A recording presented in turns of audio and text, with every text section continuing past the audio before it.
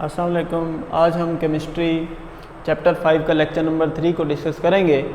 Lecture number 2 में हमने देखा था बॉयज़ लॉ के मुतालिक अब न्यूमेरिकल हैं इसके मुतालिक। अब एग्जांपल नंबर 5.1 को डिस्कस करेंगे। एग्जांपल नंबर 5.1 है कि गैस है जिसका पहला वॉल्यूम 350 है, उसका पहला प्रेशर 650 मिलीमीटर ऑफ मरकरी है।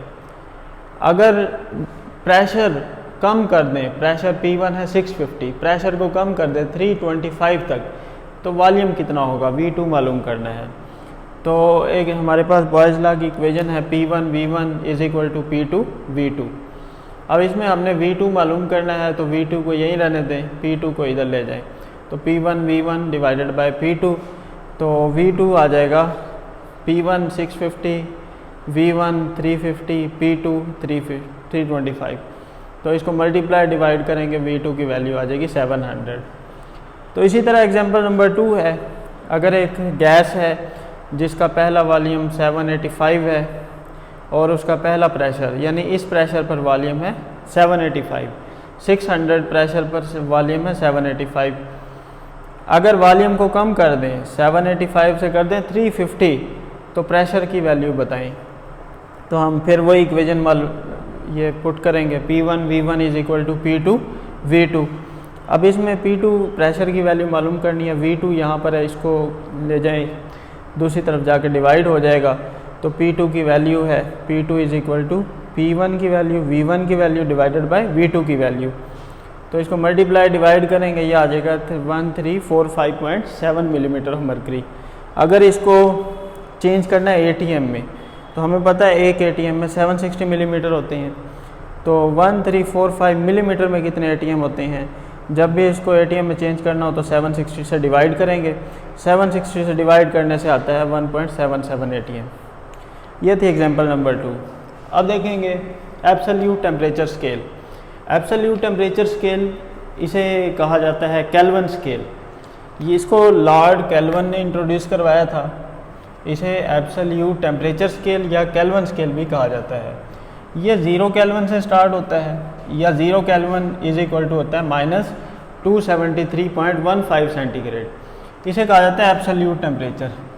Absolute temperature the minimum possible temperature at which an ideal gas would have 0 volume.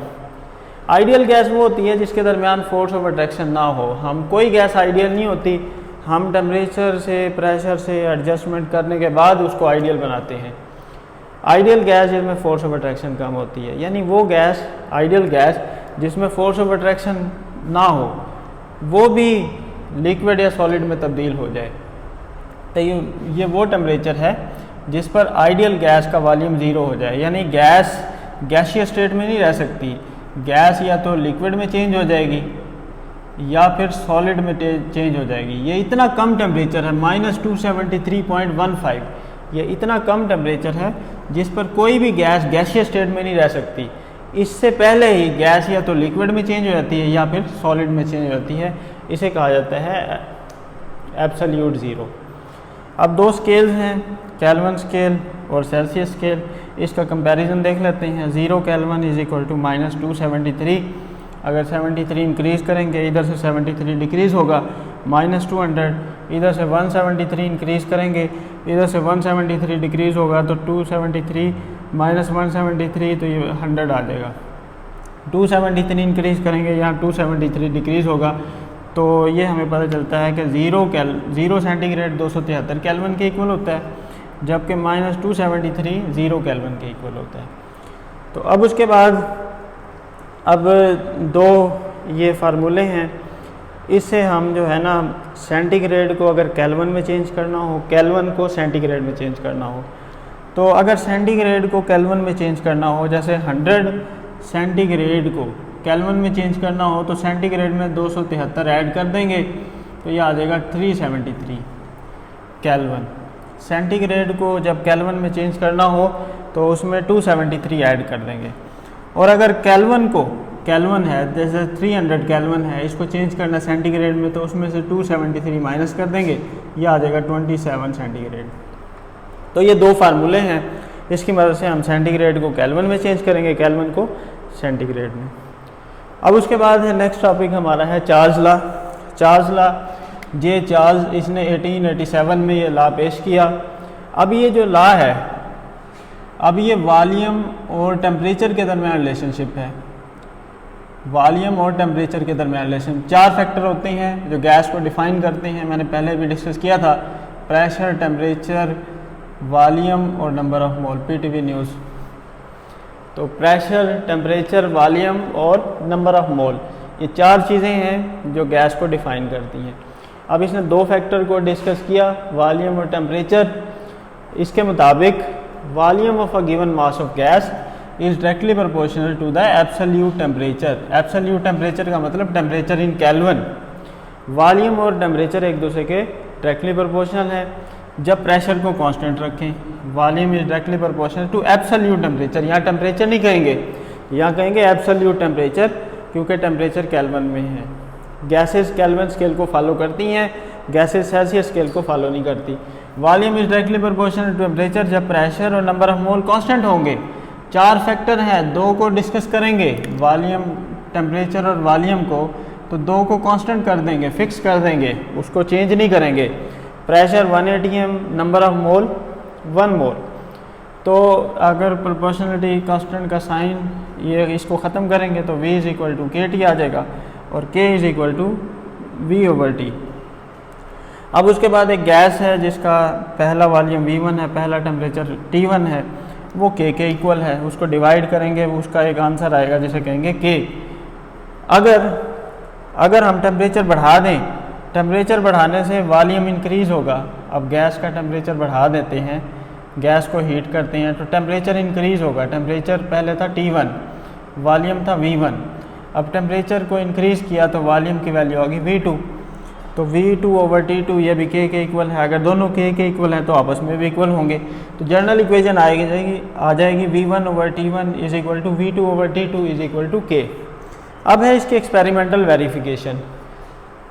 Experimental verification ये है कि गैस है, गैस सिलेंडर में गैस मॉलिक्यूल्स हैं, तो इसका टेम्परेचर 25 है, वॉल्यूम 50 है, यानी 25 डिग्री सेंटीग्रेड पे वॉल्यूम 50 है।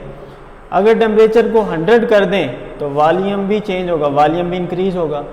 25 पर वॉल्यूम था 50 सेंटीमीटर, टेम्परेचर को बढ़ाया, वॉल्यूम भी बढ़ेगा। टेम्परेचर को 25 से 100 किया, वॉल्यूम भी 50 से 62.5 हो गया। तो अब हम जो है ना इसको वेरीफाई करेंगे। वेरीफाई करते हैं, अगर for example V1/T1 is equal to V2/T2 दोनों तरफ आंसर सेम आए तो फिर चार्ल्स लॉ एप्लीकेबल है। अगर टेम्परेचर सेंटीग्रेड में ही हो, फिर देखते हैं, जैसे V1 की वैल्यू है 50 और T1 की वैल्यू है 25, V2 की वैल्यू है 62.5, टेम्परेचर सेंटीग्रेड में 100, तो ये आ जाएगा 2 इज़ नॉट इक्वल टू 0.25। इससे हमें पता चलता है कि सेल्सियस स्केल को ये फॉलो नहीं करता, गैसेस सेल्सियस स्केल को फॉलो नहीं करती। अब हम टेम्परेचर को अगर केल्विन में चेंज कर लें, यानी टेम्परेचर था 25, इसमें 273 ऐड कर दें, ये आ जाएगा 298। इसी तरह टेम्परेचर 100 था, 100 में 273 ऐड कर देंगे, जो T2 टेम्परेचर है 100 उसमें 273 ऐड करेंगे, ये आ जाएगा 373। तो V1/T1 V2/T2 दोनों तरफ आंसर सेम आएगा, 0.16। तो इससे हमें ये भी पता चलता है कि वॉल्यूम और टेम्परेचर एक दूसरे के डायरेक्टली प्रोपोर्शनल है, और टेम्परेचर भी जब हो केल्विन में। अब उसके बाद एग्जांपल 5.3 है, इसमें हम देखेंगे कि एक ऑक्सीजन गैस है जिसका पहला वॉल्यूम V1 250 है, पहला टेम्परेचर है 243। अगर वॉल्यूम को हम बढ़ा दें तो टेम्परेचर की वैल्यू बताएं, तो इसमें फार्मूला लगेगा V1/T1 is equal to V2/T2। अब इसको क्रॉस मल्टीप्लाई करें, क्योंकि हमें T2 की वैल्यू चाहिए, तो V1 T2 V2 T1, तो T2 की वैल्यू मालूम करनी है, T2 को यहीं रहने दें, V2 को इधर ले जाएं, तो वैल्यूज़ पुट करें। V2 की वैल्यू 700, T1 की वैल्यू 243 डिवाइडेड बाय V1 की वैल्यू 250, तो आंसर आ जाएगा 680.4 केल्विन। यह था आज का हमारा लेक्चर। नेक्स्ट लेक्चर में इंशाल्लाह वेपोरेशन को डिस्कस करेंगे।